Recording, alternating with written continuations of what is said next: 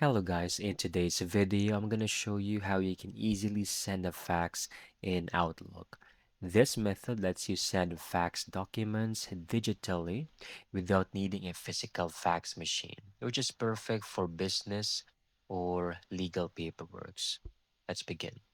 First, open the Microsoft Outlook desktop version and then click on the new email over here to create the blank message. So once here in the to field, this section, enter the fax number first, okay? So enter the fax number, and then I want you to follow this after your fax number, right? So it will be alt efaxsend.com.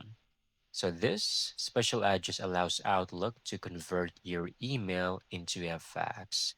Then add a subject line, whatever reference you would like. Then attach the document you want to fax using the attach button right over here, right? Double check the file always before sending.